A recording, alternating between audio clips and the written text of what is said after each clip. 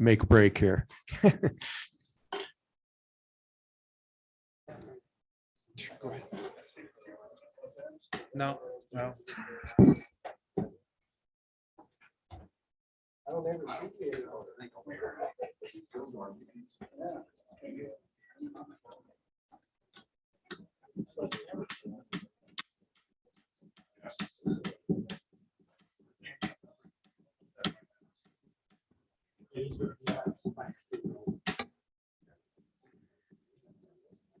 Try I won't be here when it has to come up again.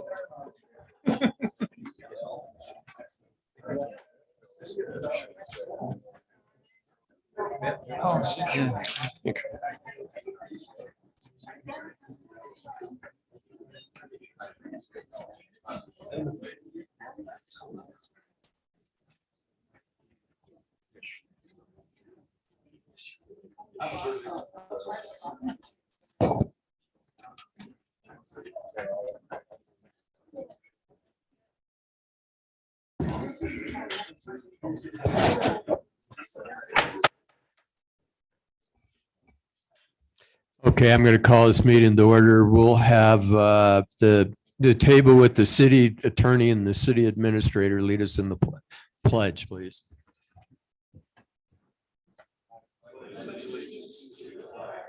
Of the United States of America and to the republic for which it stands, one nation, under God, indivisible, with liberty and justice for all.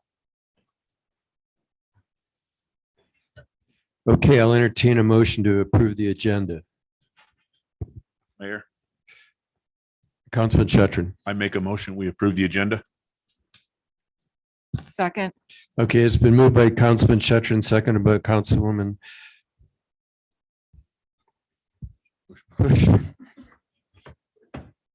I don't know what happens. Any discussion? Seeing none, all in favor of the motion signify by saying aye. Aye. Opposed, motion carries. Sorry, Sherry. Presentation, Sweetwater County Clerk proposed changes in redistricting. Somebody like to address this issue?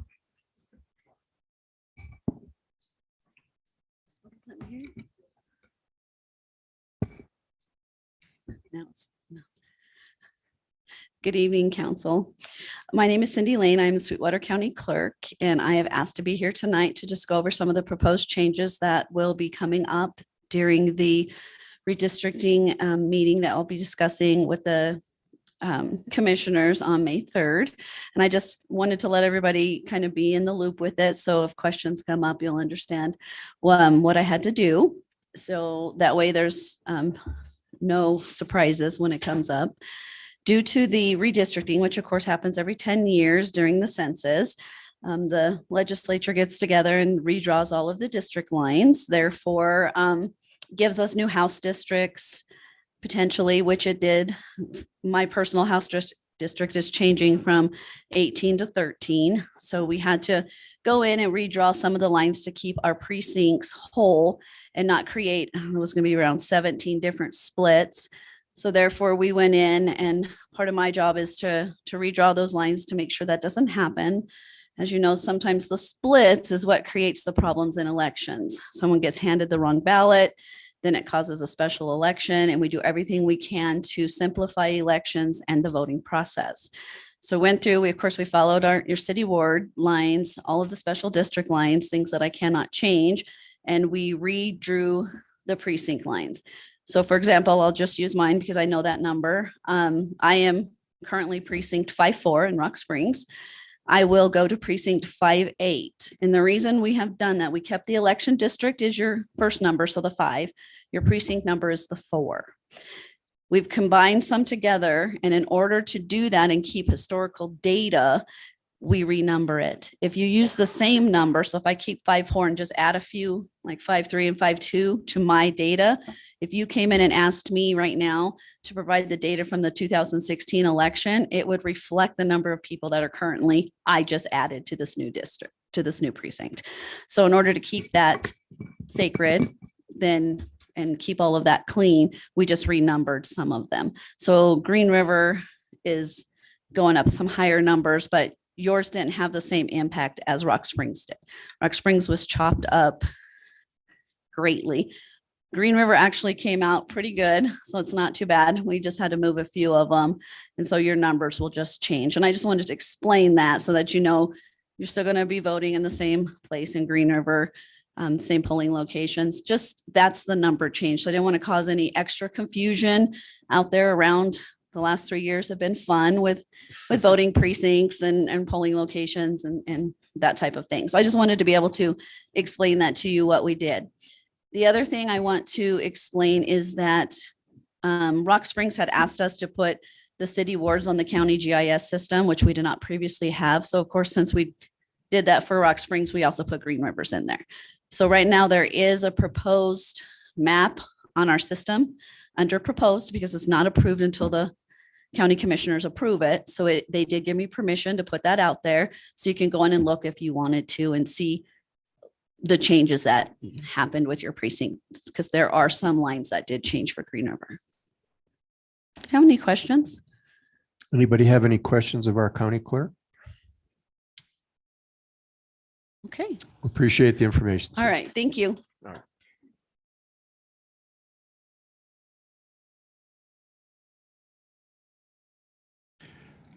Are there any, it's now time for citizen requests and other communications. So are there any citizens in the audience that are not on the agenda that would like to address the council?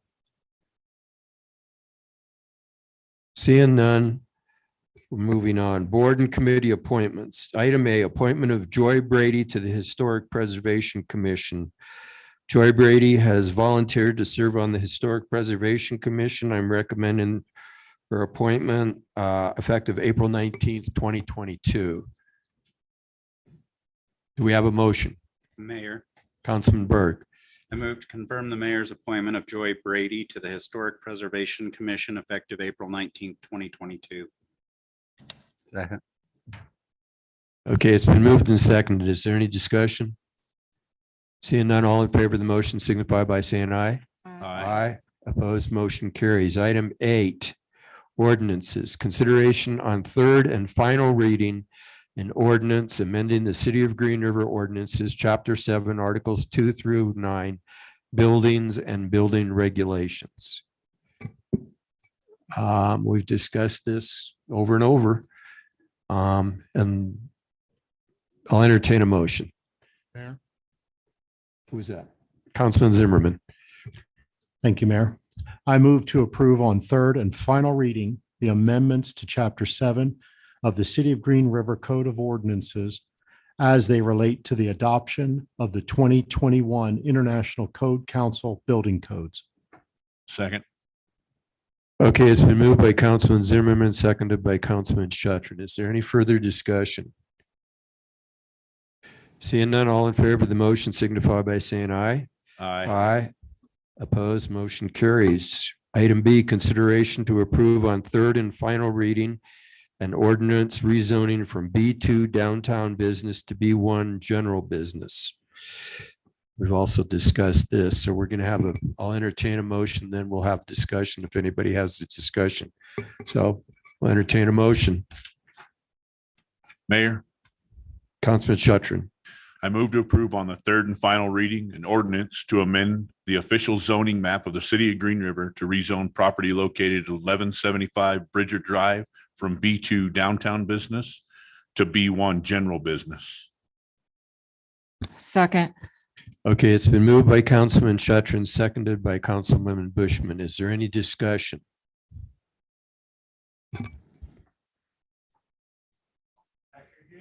Somehow I thought you would like to address the council. I brought reinforcements with me tonight. I see that. So we're still opposed to having the Smith's gas station across the street with the same issues that we presented all along, the increased traffic, the night lighting, nobody there supervising the site other than, well, it started out one shift. Now the last person from Smith said it would be 2 shifts. And So who knows what the supervision of the property is going to be? And when you live across the street from it, you happen to see all the crap that goes on after the stores across the street turn their lights out and go home. So we have an issue with it and we're not in favor at all. Okay, thank you.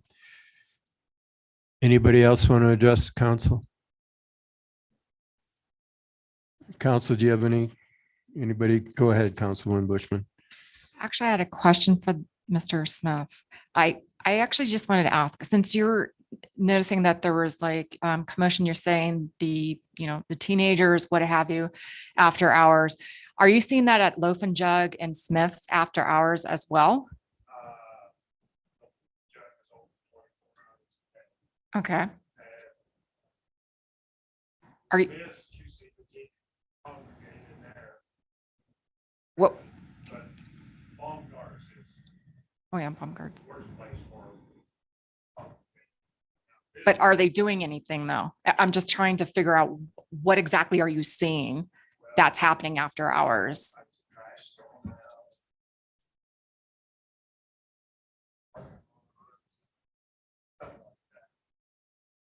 They don't need more room to spread out and do more cookies.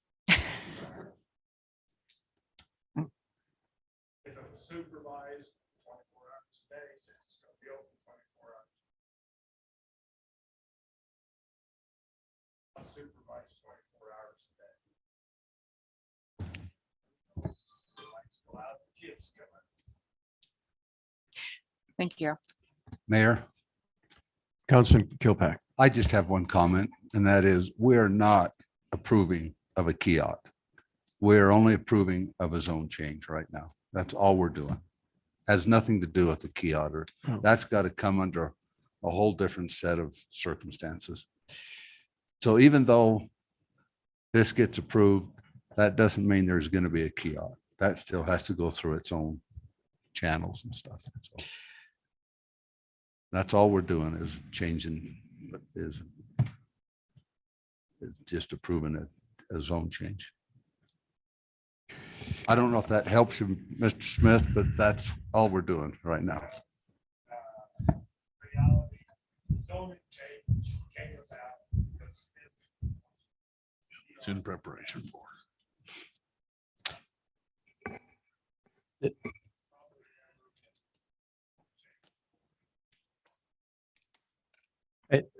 I think the important point that's been made a number of times is that the concerns that you're raising will be addressed, need to be addressed, typically are addressed in the design review committee and that whole process. And they can put restrictions on. I doubt seriously, just to be honest, that there's going to be a restriction placed that has to be supervised 24 hours, which is your biggest concern. Just to be honest. I do think also the chief of police is sitting here and he's listening and hearing that there might be some action there that he might have to give some more attention to. I can just tell you that that's going to happen. Right, Chief? That it doesn't solve necessarily the dilemma of every night, but I do think that it'll get more attention in the future. Anybody else have any comments? If not, we'll entertain a motion. We did. We already had the motion. Yes, sir. And we've had the second and the discussion. All in favor of the motion signify by saying aye. Aye. Opposed? Aye. Motion carries. I'll be 73 in a couple of weeks. That's what's happening here. I need some kind of vitamins. Anyway, item B, consideration to approve on third and final reading an ordinance. Oh, we just did that one.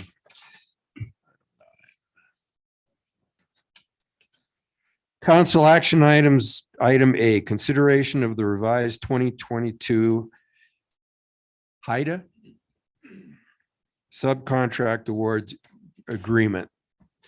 Go ahead, Chief. You can address it. Mayor and council, Tom Jarvie, Chief of Police. This is the same agreement that we had back in January. It was brought to you at that time to get your approval to add the second HIDA officer because they work off of the federal fiscal year and have to wait for approval and everything. They don't give us our final number till this point in the year, actually a quarter of the way through. So the final number changed on that. It went up from 171 and changed to 192 and change.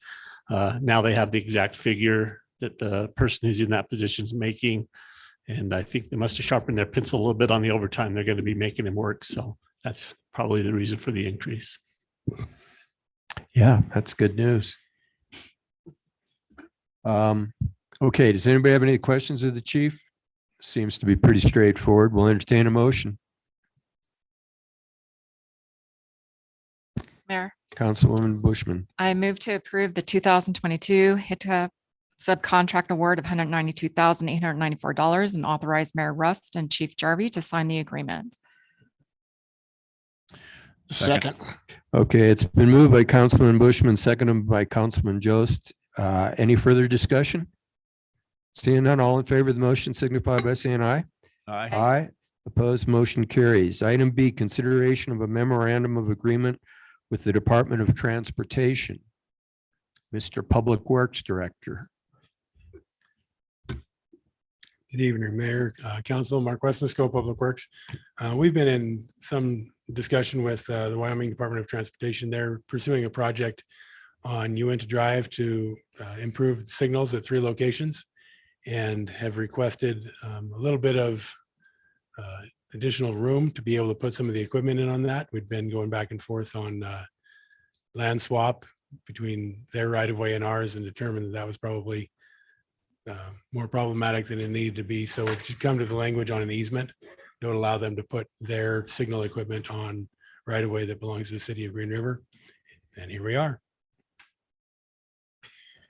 Okay, again, if you've read the report, it's pretty straightforward. We'll entertain a motion unless anybody has any questions of Mark.